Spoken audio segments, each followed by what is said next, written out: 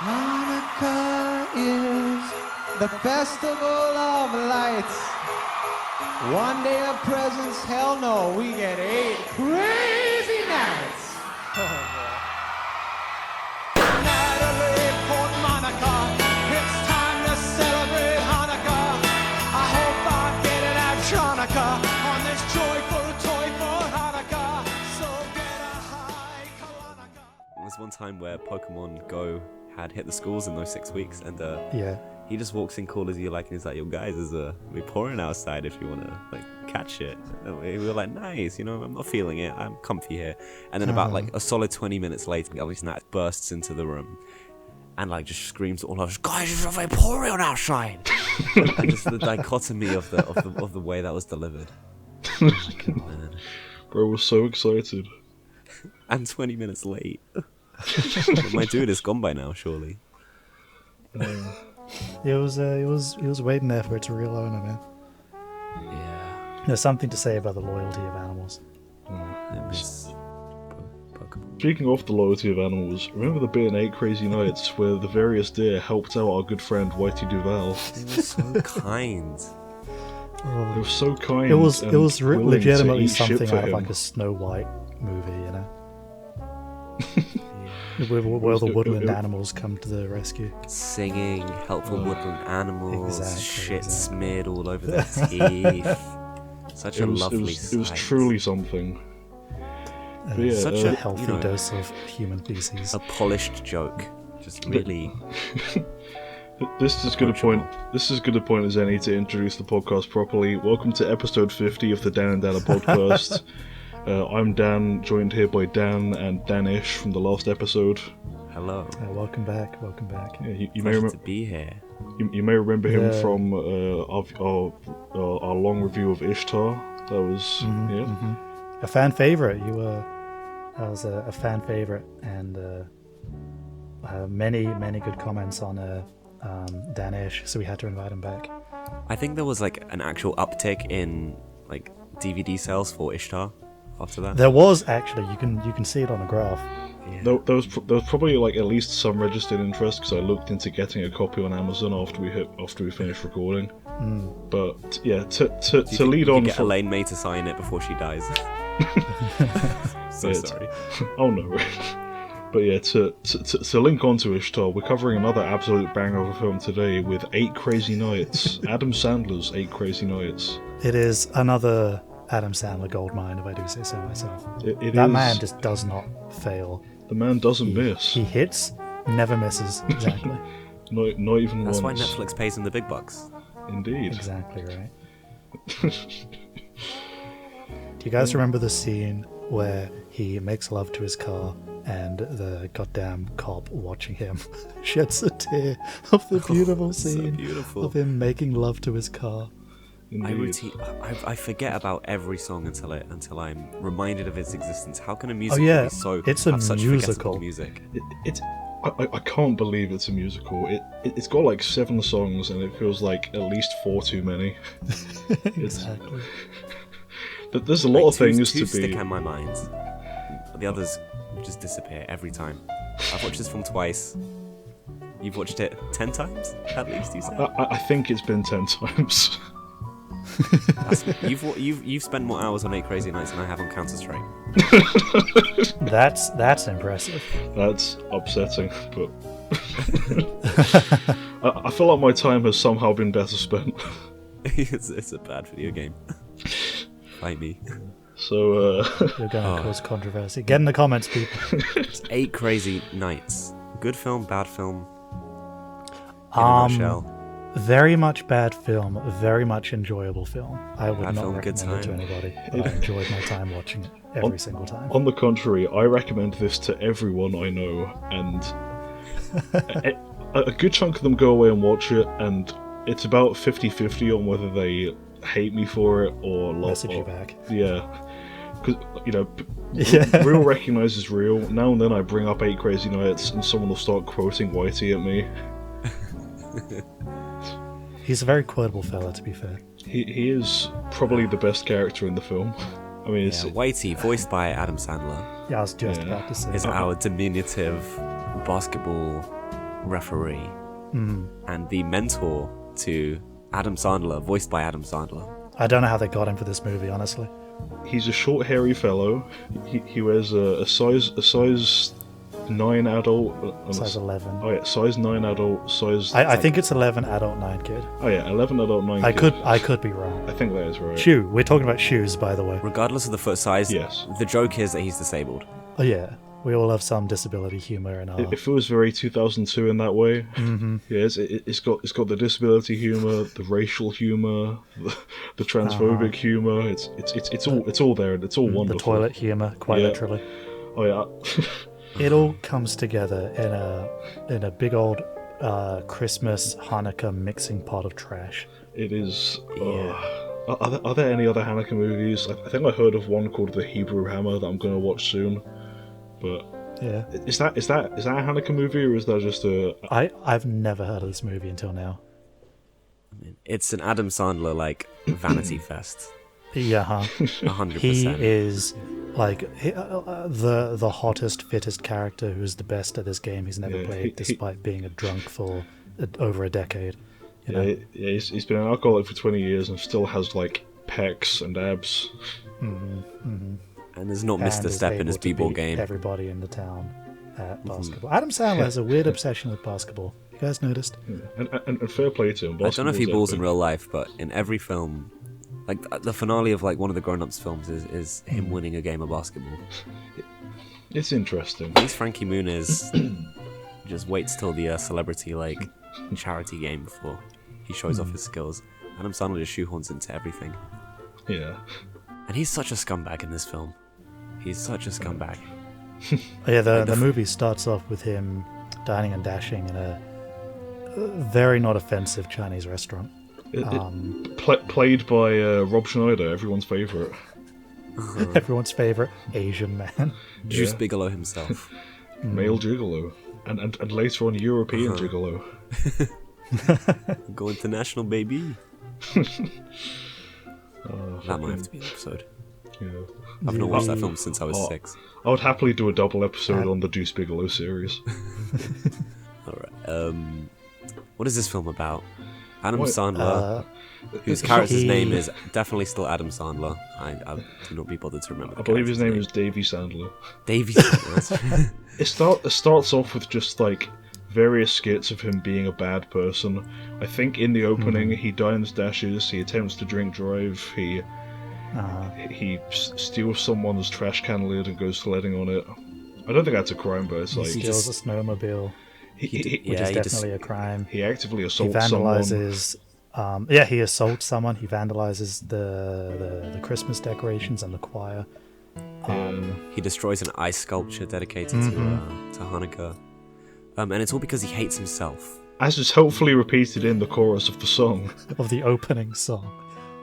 The song basically goes, God, I hate Hanukkah, and it's because I hate myself.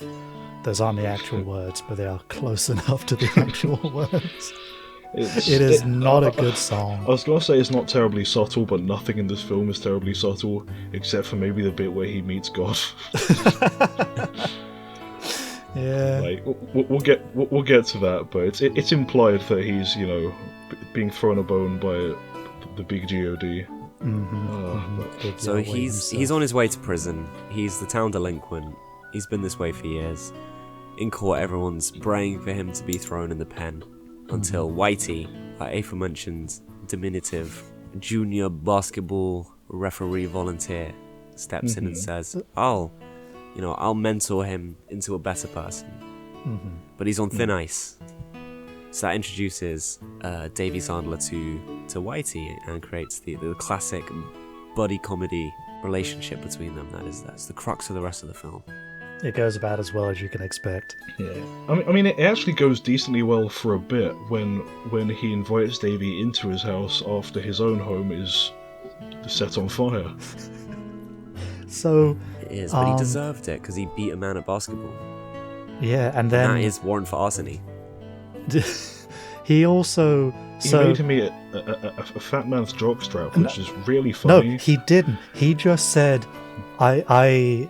Okay, so there's other hoodlums of this town who are somehow more upstanding citizens than Adam Sandler's character, challenge him to a basketball game because he is, 20 years the drunk and you're not at his peak anymore. So Adam Sandler ups the stakes and says, okay, I'll play basketball with you, but if I win, you have to eat his jockstrap, and he points to the largest, fattest person in the entire town. Yeah, we gotta love body humor. Sweating all over the place, sweating up in there. He turns around and you can see the jockstrap whale tailing out the back of his trousers. So they're playing this game, and Adam Sandler and his team will win. So of course that means Adam Sandler forces this man to physically eat the jockstrap, because that's how those kinds of bets work, And in retaliation to this humiliating defeat, this man, still jockstrap in mouth, decides to commit arson and burns his house down. Thus forcing Adam Sandler to move in with Whitey Duvall. Not before he saves the heartfelt letter from his mysteriously absent parents. Yeah, what happened to them, man? Yes, what happened to them? I sure That'll hope come we later. hear in explicit detail what happened, even though Adam Sandler's character clearly does not want this story told. I sure hope it's not revealed back to back with Whitey doing his Mr. Robot dance. Then they split up to black eyes. Mind you, the eat this fat man's jockstrap joke happens like 5 minutes after Adam Sandler disgraces himself by bullying a fat child on the court in front of the town for a size. Very epic. This kid needs a bra. And to the extent that the kid is found in a lingerie shop trying on bras. Like, this kid is scarred. This kid has a scar that will stay with him now. This child will have a lot to unpack in therapy. Yes. It's safe to say Adam Sandler's character, not a good person. No, Very not a much good missing the holiday, the seasonal spirit. But he gets his very small, like, good person arc where he starts like hanging out with the Duvals and like learning their ways, having fun with them. There are two of them. Yes. Yeah. Yes. Oh yeah. How could we forget to mention Eleanor up to this point? The second best character in the film, also played by Adam Sandler. What a man of many talents, that Sandler. Let me tell you.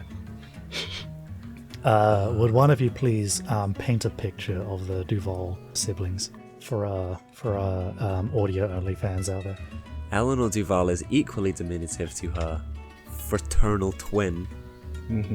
She speaks with the nasally quality of an insensitive Jewish aunt stereotype, despite the fact that it's maintained that these characters aren't Jewish. So I don't know why Adam Sandler's doing his best Jewish stereotype impression for them. It's very strange. They wash their Very feet much together. They do. They have the opposite sized feet. So if I don't remember the actual direction, but if Whitey has a larger right foot and a smaller left foot, because again he is physically disabled in this matter, his twin sister has the opposite foot problem. So I guess they can just buy like a normal pair of shoes and just one takes the left foot and the other takes the right foot. That's nice. It works out. It's nice. It's efficient. Yeah. Oh, and Eleanor is bald and goes through a variety of wigs that would make a drag queen goop and gasp at the extent of her wardrobe. It's quite impressive. When will she wear wigs in this film? All the time. I'm so glad you asked. Every scene we see her in, bar one. Indeed, where it is revealed that she is bald. then later on, where it is revealed that she is bald again. And then in a flashback, where it's revealed that she is bald. It's a really funny joke, to be fair. I'm glad they keep coming back to it. I think what also helps with the bald humor, is her character arc, which is somebody stole my wigs a long time ago. I want them back. Full stop. That is it. That is the entirety of her character arc. Is someone stole my wigs. I want them back. Every scene we see her in, they're like, "Oh, you the person who stole my wig?" No. Yeah, she's really hung up The about hoodlums, it, they which stole my wigs. I guess that's a joke that she's so hung up, like, for 50 years on something that small. Like, I guess that's a joke, but it's just weird. I think it says something to the judicial system of the town they live in, where you get these delinquents going around making people's lives in this town a living hell, and sometimes in Adam Sandler's case, or the person who stole the wig, commit actual crimes and not punish them. It, like, I understand it's a small town, but it very much feels like the entire town is okay with bullying certain people of this town. So the Duvalls very much picked on and ridiculed in this town. Whitey, the nicest guy in this entire town, he, in order to help pay the way for him and his sister who live together, takes on various side jobs in the town, and the townfolk will underpay him for hard, humiliating, and sometimes even physically dangerous labor. Yeah. And then they just laugh about it. This is not a nice village with not nice people in, yet somehow we're led to believe Adam Sandler's like the odd one out at being the bad one. Yeah, you know? the unique scumbag. They paid him $1 to hose out the bathrooms that got him covered in human feces. As he says, what does he say? This is the worst. I'm covered in human feces. The worst has happened. The worst has happened.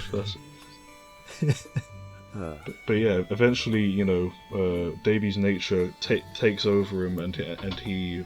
Actually, no, it doesn't really. Like his rant is brought on by Whitey basically recounting his, you know, troubled past, Most traumatizing memory. and not listening when he's getting upset about it. Like it's sort of framed as like, you know, he's somewhat in the wrong for like not facing up to his troubled past. Maybe not in the wrong, but like. But also, this is it's not Whitey's story to tell. This is someone else's like world-shattering trauma that caused him to become the cruel person that he is today. And he makes it clear that he's not comfortable with his story being told, and it's upsetting him. But Whitey continues, leading Adam Sandler's character to lash out at Whitey, who, apart from this, is, as I say, the nicest person in this town. He ridicules Whitey, ridicules his dreams of being given the All-Star essentially patch for the annual All-Star banquet. All he wants is the patch. The town's good person award, essentially. Yeah, For exactly. shorthand. He just wants to be recognised. Yeah, because he puts in all this effort to help the people of this town. He desperately wants to be recognized as... He wants to be seen, because he isn't, frankly. Yeah, I can understand how you'd get some kind of complex about, like, you know, if you're like this lovely person for 35 years or however long it is, and you've got nothing to show for it, I can understand you, like, getting a little bit, like, what the heck, guys, about it. So you're saying this man has a visibility complex because he's 4'3"? Perhaps. Very much so. And we have to ask why. So Adam Sandler goes a solid 5 minutes of being a good person. He says thank you for his coffee. He has voted for Whitey in the Good Person Award, and is...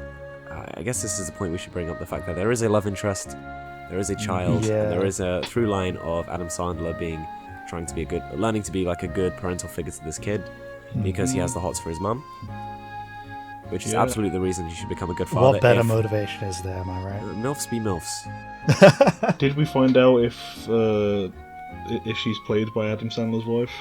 I think so from what I looked up, and it appears she doesn't have an extensive acting or recording history. It's just that this is a Adam Sandler like vanity fest where all his friends and family got involved. There were a lot of Sandlers in the credits, and a lot of friends of the family and their families, which is fine, you know. Yes. Like you know, you share your wealth around and all. You look out for your own, by all means. There were a lot of Hollywood's favorite Jewish people like Steven Spielberg cameos, and the goddamn Sprouse twins when they were babies. Oh my Zach and Cody were in it. Yep. The credits were a trip. We're jumping around, but it was a trip. Yeah, Yoko Ono was involved, but not the Goddamn Yoko Ono. But not the Yoko Ono you'd think. Just a woman called Yoko Ono. Okay. Well, the quality of the music led me to believe that it could possibly be. Is that a low blow? I'm sorry. I don't know. I've not heard any of Yoko's stuff. I don't know. John's my third favorite Beatle. I don't know. Yeah. I'm a Ringo and George Harrison kind of guy. I see. Well, this Yoko Ono was in fact a separate Yoko. Indeed. Okay. But yeah. She's done, from what I can see, she's done a lot of work on various anime, which is impressive. Yeah, I think she was creative lead of the studio that animated this, which, by the way, this was animated by the people that did The Iron Giant. It is quite gorgeously animated. Just the way the characters walk around and sway in their stride. It's pleasant. There are bits of this film that are like astonishingly well animated for like the quality of what we're looking at. For example, the bit where the deer shit all over the floor, that was... I wouldn't say that's like a breathtakingly beautiful animation, but... I beg to differ. It was dedicated because there was definitely puckering butthole animated. Yeah, there was puckering... There was projectile poo, there was puckering butthole, there was... Christ. You know, like lip-synced audio, like, you know, it was lip-synced to Adam Sandler laughing. The deer are played by Adam Sandler. Oh, naturally, of course. And that rounds out Adam Sandler's I would just vocally. Yeah, I would just like to say, the scene of the deer, the most visceral scene of this movie is this deer, projectile, fecal. It was right before what was supposed to be the emotional crux, the emotional or slam dunk. Yeah, the turning point for Adam Sandler's character. Yes. Yeah. So it was Adam Sandler's turning point was bookended from deer, like explosive diarrhea, and Whitey Duvall having his fourth seizure of the film. It was. That's the kind of movie we're dealing with here. Yes. Yeah, it was right. It was right before the bit where Adam Sandler gets a message from God to go and help Whitey, and I think like we are gonna have to address the elephant in the room, and that's the best part of this film is the bum biddy sequence. Without a doubt, absolutely. Yeah, the final third of the film takes a really bizarre turn where the humour just starts being ass-pulled. Like, there's no setup for the jokes, it's just a bizarre thing. Like, someone tells a joke and everyone starts slamming their head into the tables with humour, which leads to the shitting deer. A man has a hook for a hand, and that's just, you know, fuck it, let's make a joke about that. Yeah, there's an extreme close-up on Rob Schneider's Asian stereotype man going, whoa! And that's great. It's really not good. When did this movie come out? 2002. 2002. Okay. Presumably in time for Hanukkah. Yeah, presumably.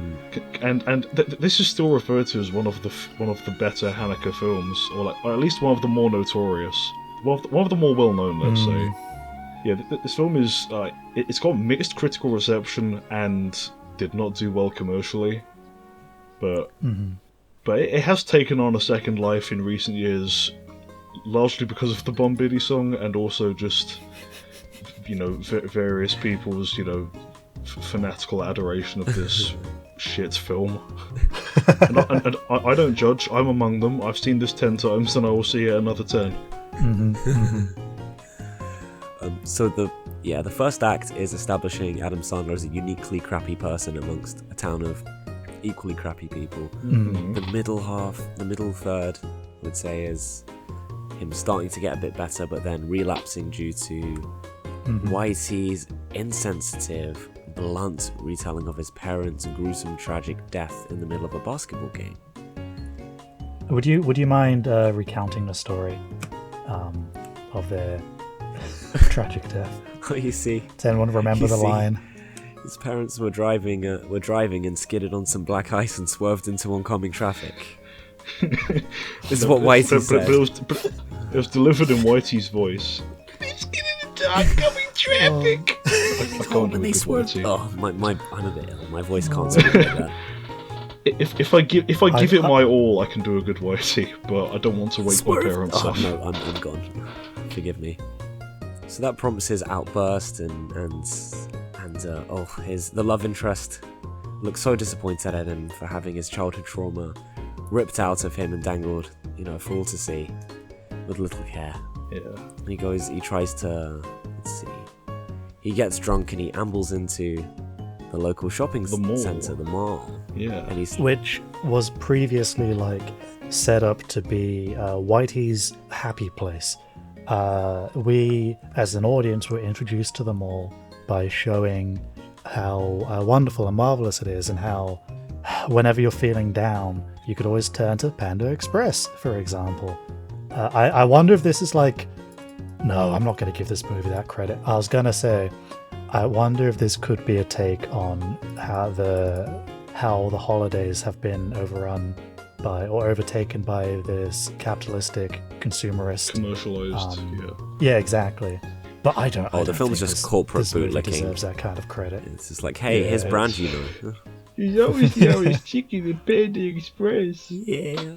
And after rattling off every brand and shop name, we delivered what is the perfect joke, I think, is fair to say. Best joke in the entire movie. That takes you it comes so out of left field and surprises you so much that we, I think, cried laughing watching the first one. And after all that, I can't. Roll the clip.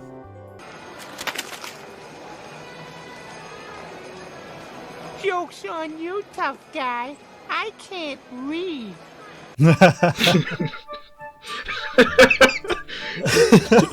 just thinking of it is making me laugh again. Oh, it's so good. Now, wasn't that funny, kids? It wasn't that funny. That's such a good clip. Oh. There's no setup, there's no payoff, it's just there. No setup. Just in case we can't roll the clip, I will attempt to explain. Explaining the joke will do no justice to how unfunny and therefore hilarious it is, but I will do my best. Adam Sandler's got the strop, so Whitey's trying to tell him, don't worry, big guy, everything's okay. So Adam Sandler takes his packet of fries and throws them on the table, and miraculously, this is the first holiday miracle we've seen in the entire movie, perhaps second only to Adam Sandler not being in prison.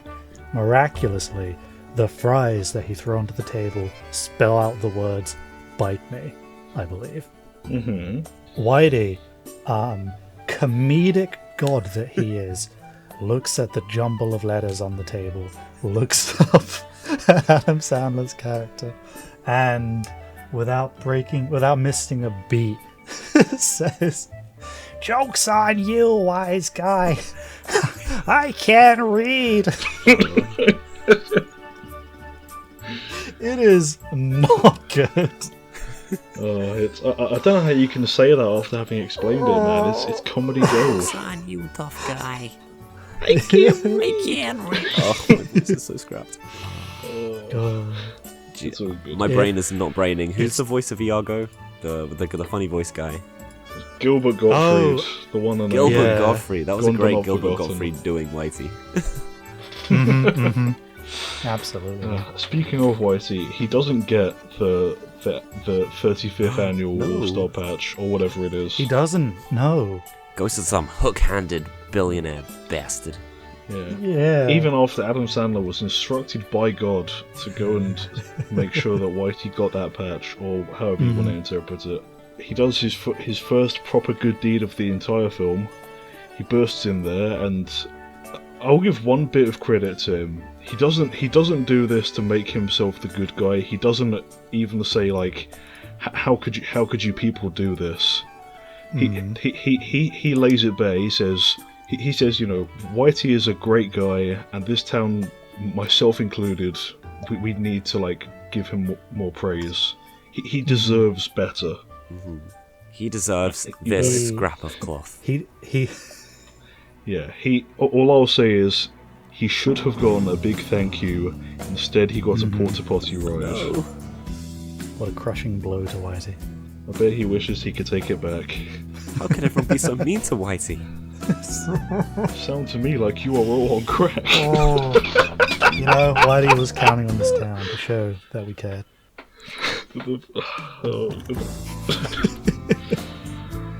For the first time he really needed us, we weren't there. Bum. And on this, the last Biddy, night of biddy, Christmas. biddy, bum, Oh, no, bum. the first night of Christmas and last night of Hanukkah. Bum, biddy. It's just not fair. Oh, I jumped in too early. So embarrassing. Shall we all stop and like start together? Let's go. we can. We'll cut this over. No, I think I'll try and leave some of the chaos in, but A 1, 2, Yeah, a 1, 2, 3, 4. oh, this is gonna be fun to edit. Like genuinely, I'm gonna love this. Yeah.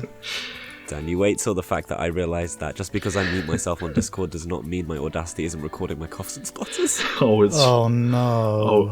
oh, it's fine. I listened to the whole thing through anyway, so they will not make it into the final cut. I think we should absolutely leave in the fact that we talk about not muting our coughs. I was about to say, just kidding. Here's a hypercut of them. Perfect. Oh, That's not sexy. Oh, My ASMR career is down the drain. oh, you know. Hey, some people will pay extra for that, man. I will run the compilation by you to make sure it's like okay to use that. You could something Hawk Tour. Yeah. Right, so Okay, What's Hawk so Tour? what Remember, we've reached- 2012. oh, no. I thought it was 2002. Oh, no, that's when the movie came out. Oh, right, yeah. A full 10 years ago. So, Hawk touring is universal all of time. so Whitey doesn't get Where the are we in the patch. film? He doesn't. He's despondent. He goes to the mall with his sister strapped down in the back of the car. Is it explained why she can't travel sat up? Why does she have to be strapped down? If I had to guess, it's either because her wig is too tall, or because I don't know. Maybe it's an anxiety thing. She needs to feel restrained somewhat. Maybe. She does seem to have a fear of leaving the house, which could possibly stem from the fact that she had her wig stolen when she was a child. I can relate to Very that. likely. Like, as silly as these characters are, they do feel believable. Nah, sure. Yeah, I'm not going to give this film too much credit because it is fucking stupid. But yeah, Adam Sandler's also leaving town. He's skipping town because after his emotional breakthrough and speaking with God, he decides to leave town anyway. So it's like he buys it, but then God re-intervenes. Yahweh re-intervenes with a thumbtack on the road, and which pops 8 tires of a bus that he's the only one sat on. Yeah, it's a miracle. So he has to go be a good person. And yeah, he willingly. He's essentially surrendering himself to the law. Yeah, but it's okay because it's okay because he's crying. He's Exactly. crying. He That's feels another it. emotional breakthrough of his, is finally admitting that it is okay to be sad that your parents died after driving home and slipping on some black ice and swerving into oncoming traffic. Yeah, I mean, It's okay to cry about that. Who'd have thought? Just let it out. So there's a whole musical number, again, which I forgot about till just now. Yeah. Which is Dedicated to understandable. I think it's my least favorite one in the film. 5 of the 7 songs are astonishingly forgettable. The only good numbers are Technical Foul and Bum Biddy. Yep. We haven't even spoken about Technical Foul yet. Oh my goodness. Oh shoot, we skimmed over that.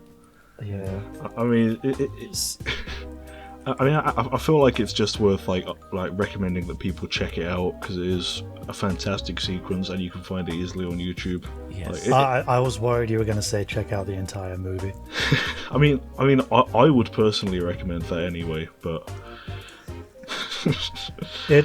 It's certainly an experience Yeah. that is absolutely a thing. my dad hates this film and despises me every time I put it on.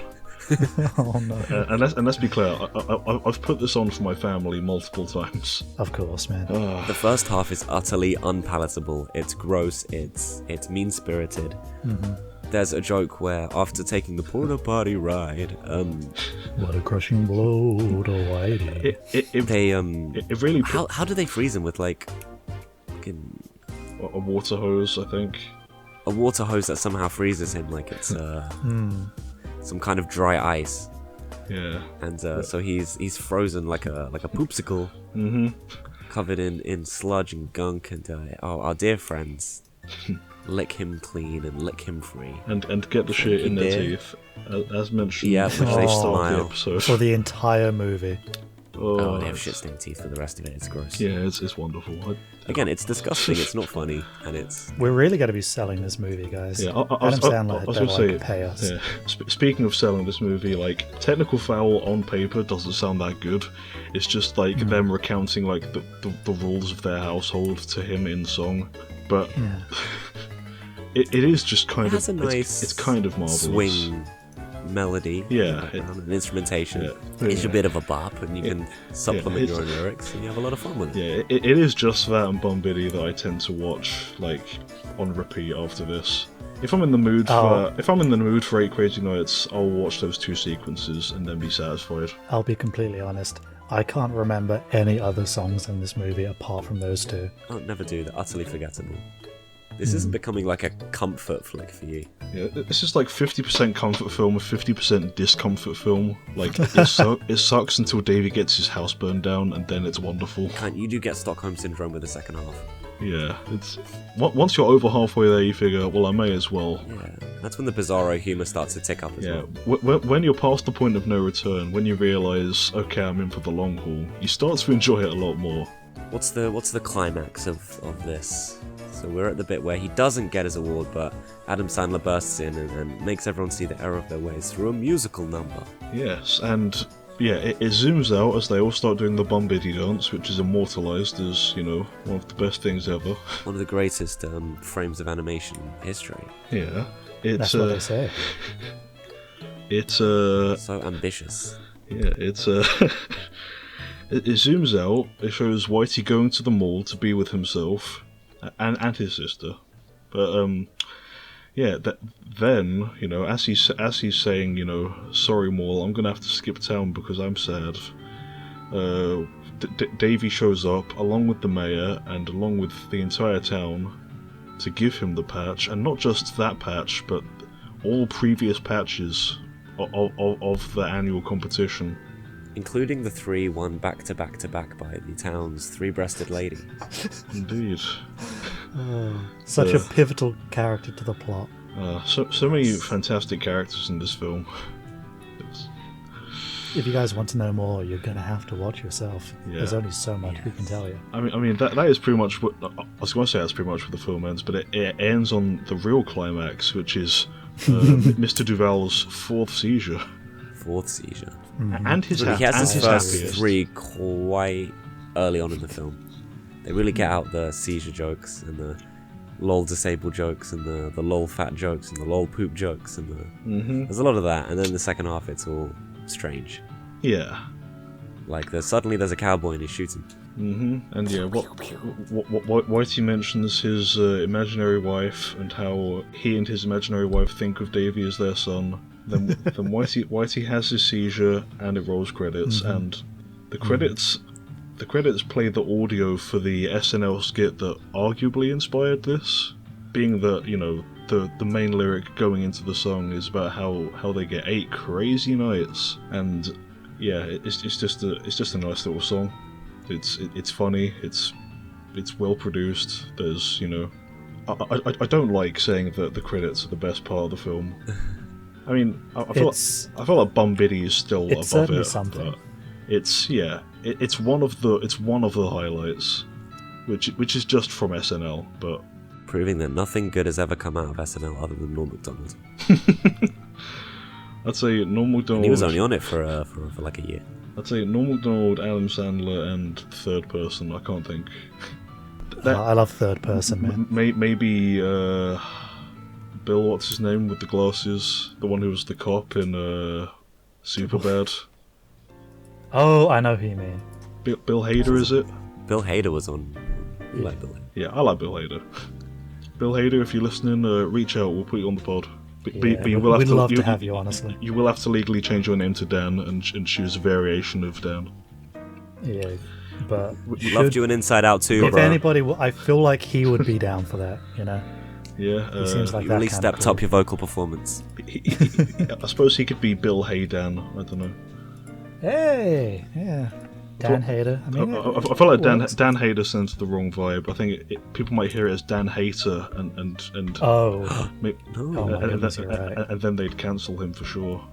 No, all of our fans would suddenly hate him. All of our fans would jump on the anti-Bill Hader train. That's okay. That's actually heartbreaking.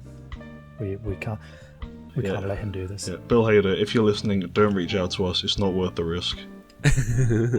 Save yourself, bro. Yeah, are there any more thoughts on 8 Crazy Nights? I feel like The end credit scene where Adam Sandler's just like listing off a bunch of Jewish people. Yeah, that's the SNL live sketch. Yeah. yeah. We got so and so and so and so. And There's he's one not bit- Jewish, but he looks yeah, I Jewish. was just about to say that. We got Lenny Kravitz. You thought he was black? Nope. Jewish. Bluish. Bluish. Bluish. Dabba-dee dabba-daish. I love Bluey. And another thing that has not been invented by the time this pod is set. Yet still will be enough to get us sued. I was gonna say, like, if we do include any clips from this wonderful film in this episode, it would be an honor to be sued by Adam Sandler, True. or even just demonetized. Or we're not making money off this, but like, Well, no, I mean, hey, One day. Adam Sandler, listen. Any money we make from this episode, reach out, and we'll discuss reimburse you. something. Go You know? splitsies with yeah, you. we'll Yeah. reimburse you. We know you need it. We know you're hurting for money. Those those Netflix gigs don't pay like they used to. We get it. You're down to your last 100 mil. He's probably got more than 100 mil, but Probably. What an insult to even insinuate that Adam Sandler does not have 100 mil. Adam Sandler, if you're listening, please reach out to us and give us your money. We need it. You're probably Please. just going to spend it on Grown Ups 3, and no one wants Grown Ups 3. Aw. But still, reach out, get in touch. Maybe we'll have you on an episode of the podcast. Please don't sue us. Indeed. We love you. This is the best press your god awful Hanukkah musical is ever gonna get. I'm probably gonna watch it again. Are we going to call him Adam Sandler or Adam Dandler? Hey, Sounds I mean bad, that'd work. Hey, Adam Sandler, if you're listening, I liked Spaceman. Okay, it was pretty cool. I was a massive fan of 50 First Dates, except for the bits where Rob Schneider is playing a man from Hawaii. Yeah. Would it have been better if you played an Asian man instead? Absolutely, especially if he was animated and it zoomed in on the gap in his teeth as he said, "Whoa!" Uh-huh. Wow. This is beautiful, man. Right. So yeah, any closing thoughts, or are we good to wrap up there? Let's leave our final thoughts and will we recommend it in a nutshell? Who I wants would- to go? Oh, sorry. I was gonna say you go first. Okay. I would recommend this to everyone, and I have. There's something about it that's like there's not really much else like this. If you're in the mood for, I don't even know what you could say this that you'd be in the mood for this. Like, yeah, I'm drawing a blank. It is just 8 Crazy Nights though. No, I mean, if you're in the mood for a laughable movie, give it a watch, you know? Yeah, if you want to laugh in a variety of ways, both at it, with it, and mainly at it. And despite it, Yeah. Yeah. It feels like a film that should not work and should not be funny, and yet reduces me to tears, like in a good way. can't believe he had the purchasing power to make this in 2002. Like, if this was made in like 2016, I'd have got it because he was in his like mega Netflix bucks era. But back in 2002, I mean, people still thought he was like a respectable rom-com actor still then, wasn't he? Yeah, it was still hot off the Yeah. tails of Happy Gilbert and stuff. I still bat for him and say when he chooses to act, he can act. When he tries, he's wonderful. Mm-hmm. When he doesn't try, I still enjoy him because he seems like a funny man. Yeah. But yeah, Would you guys recommend this film? So I very much think it's an enjoyable watch. I will laugh all the way through it at how not good it is. So if that strikes a chord with anybody, give it a watch. If you're not an Adam Sandler fan, maybe give it a miss, because it is predominantly Adam Sandler. It's predominantly Sandler in the fact that he brought his family in on it too. Indeed. But it's still, I enjoy the movie. I would watch it again. Heck yeah. Yeah. I mean, Christmas/Hanukkah is coming up. I'm sure Very there'll true, be another very true. opportunity. Yeah. Yeah. Heck it, watch it on Christmas Day. Don't watch whichever number Harry Potter film they're showing. Watch this. Exactly. Watch this alongside Elf and Arthur Christmas. Those Arthur Christmas slaps. Those are the staples in our household. Elf Yeah. is the classic, Arthur Christmas is the best, and 8 Crazy Nights is what we stick on to piss off my dad. Oh. You heard it here first, folks. If you want to really annoy your dad, put on 8 Crazy If you want to strain the relationship with your family, put on 8 Crazy Nights and enjoy. Yeah. I recommend the bad film. Yes. Excellent. Yes. So is that 3 out of 3 glowing recommendations for 8 Crazy Nights? Beyond glowing, I would say. Excellent. Well, I think that's a great place to call it for the night then. Thank you, gentlemen. Wonderful. Thank you all for watching. It has been an honour podding alongside you two beautiful dens. Oh, it has been And an you honor too, Dan. podding along Oh. 2 of you beautiful dens. Bless up. And thanks to that special someone in the audience, they know who they are. Wink. Yeah. Alright, good night everybody, or good day whenever you're listening to this. Happy Hanukkah. Whether you celebrate or not, it doesn't matter. Whitey said as much. Exactly.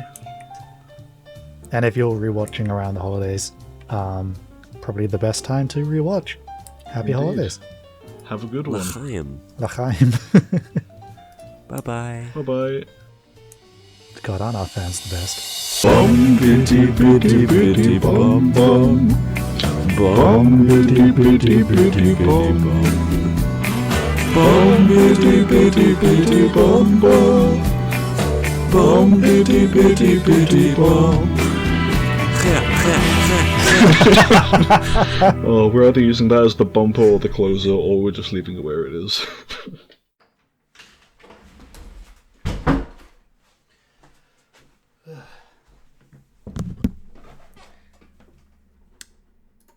All right, I'm back. Y'all ready to record the podcast?